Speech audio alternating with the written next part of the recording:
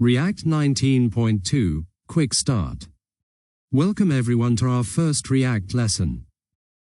Today we're going to cover about 80% of the React concepts that you'll use every day when building apps. By the end of this session, you'll understand how to create and nest components, add markup and styles, display data, render conditions and lists, respond to events and update the screen, and finally, how to share data between components. 1. Creating and nesting components. Every React app is made up of components. A component is a piece of the user interface, or UI, that has its own logic and appearance. You can think of a component as something small, like a button, or something large, like an entire page. In React, components are written as JavaScript functions that return markup, that is, the structure of what should be displayed. For example, you can imagine a function named myButton that returns a simple button element that says, I'm a button. Once you've declared this myButton component, you can nest it inside another component. For example, a main component called myApp could return a heading that says, Welcome to my app, followed by your myButton component below it. Notice that when we use a component like myButton, we write it with a capital M and B. That's how React knows it's a component. In contrast, built-in HTML tags like div, span, or button are written in lowercase. Also, you'll often see the words export default at the beginning of your main component. That simply tells React that this is the main component the file will export for use elsewhere. 2. Writing markup with JSX. Now, the markup you've just seen is written using JSX, short for JavaScript XML. JSX lets you write HTML-like syntax inside your JavaScript code. It's optional, but almost every React project uses it because it's very convenient and easy to read. There are a few important differences between JSX and normal HTML. JSX is stricter. You must close every tag, for example, write break/greater than instead of just break. JSX components can only return one root element. So, if you want to return multiple headings or paragraphs, you must wrap them inside a single container, like a div element, or use an empty wrapper, written as open angle bracket, empty, close angle bracket. For example, a component named About Page might return a heading that says, About, followed by a paragraph that says, Hello there, how do you do? Wrapped together in a single parent element. 3. Adding styles. To add styles in React, you use the property class name instead of class, because class is a reserved word in JavaScript. For instance, you might have an image with class name set to avatar. Then, in your CSS file, you can write a rule for the class avatar that gives it a border radius of 50%, making it round. React doesn't dictate how you include CSS. You can link it in your HTML or import it through a build tool, depending on your setup. 4. Displaying data. JSX lets you combine markup and JavaScript in the same place. When you want to display data, like a user's name, you can escape from the markup into JavaScript using curly braces. For example, if you have a user object with a name property, you can write open heading, then curly brace user.name curly brace, then close heading. React will display the actual name from that variable. You can also use curly braces inside attributes. For instance, class name equals quote avatar quote simply passes the text avatar, but source equals curly brace user.image URL curly brace uses the actual value of that variable. You can even include expressions inside the curly braces, such as concatenating two strings or dynamically setting the image's width and height using JavaScript values.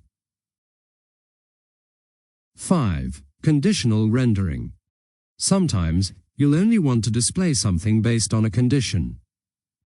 React doesn't have its own if syntax. You just use normal JavaScript logic. You can use an if statement to decide which component to show. For example, showing an admin panel if the user is logged in and a login form otherwise.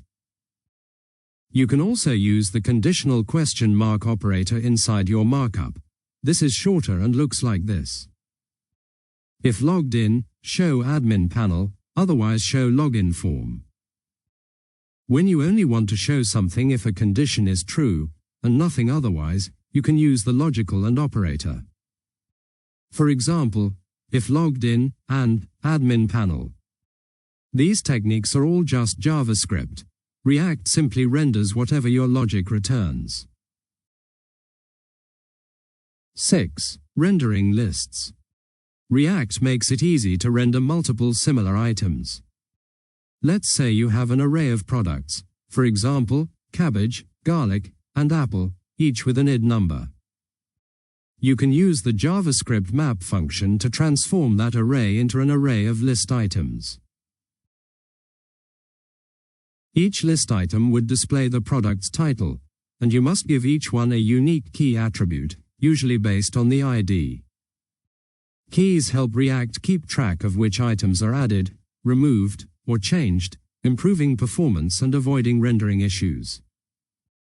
You can also apply styles dynamically, for instance, making fruit names appear in magenta and vegetables in dark green. 7. Responding to events. Next, let's talk about interactivity, how React responds to user actions. In React, you declare event handler functions inside your components. For example, a function named handleClick might show an alert saying, "You clicked me." Then, you pass that function to a button element using the property onClick, written as onClick equals curly brace handleClick curly brace.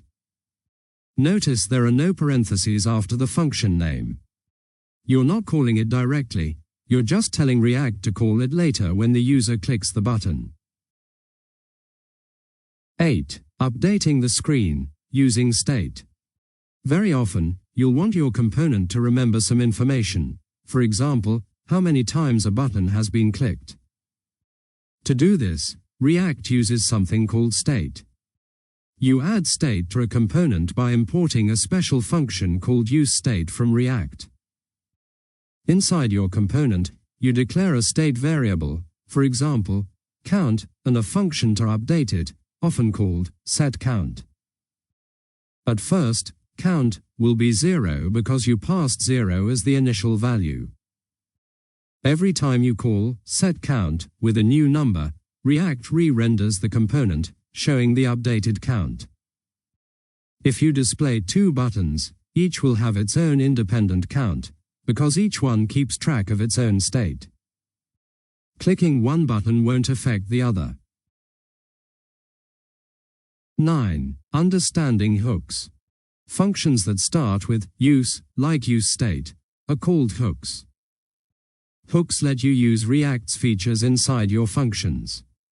You can find many built-in hooks, such as useEffect or useContext, and you can also write your own custom ones by combining them. One important rule: hooks can only be called at the top level of your component, not inside loops or conditions. If you need conditional logic, extract it into a new component instead. 10. Sharing data between components. In the earlier example, each button had its own separate count. But what if you want all buttons to share the same count and update together? To do that, you lift the state up, meaning, you move the state variable from the child component up into the common parent component. For example, if my app contains two myButton components, you move the count state and the click handler into my app. Then, you pass them down to each myButton as props, short for properties. When each button receives count and on click as props, they both display the same count. Clicking either button calls the same handler in my app, which increases the count. Because the count is shared, both buttons update together. This is the foundation of data flow in React.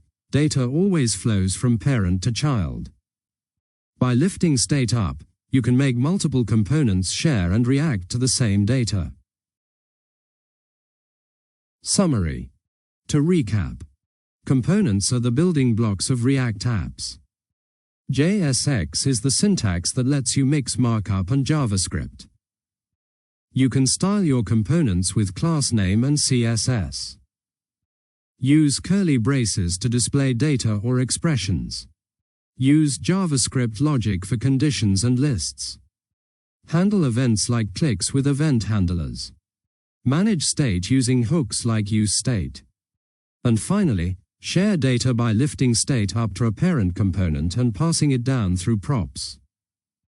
React is all about building small, reusable pieces that work together to create complex, dynamic interfaces.